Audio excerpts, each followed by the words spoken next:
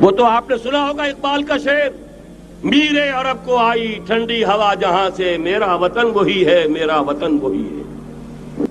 और नोट कीजिए, कोई बात है, 1000 बरस तक सारे मुजद्दिद आलम अरब में पैदा हुए। जैसे ही दूसरा 1000 साल शुरू हुआ, अल्फ सानी का मुजद्दिद आजम शेख अहमद सरहंदी कहां था?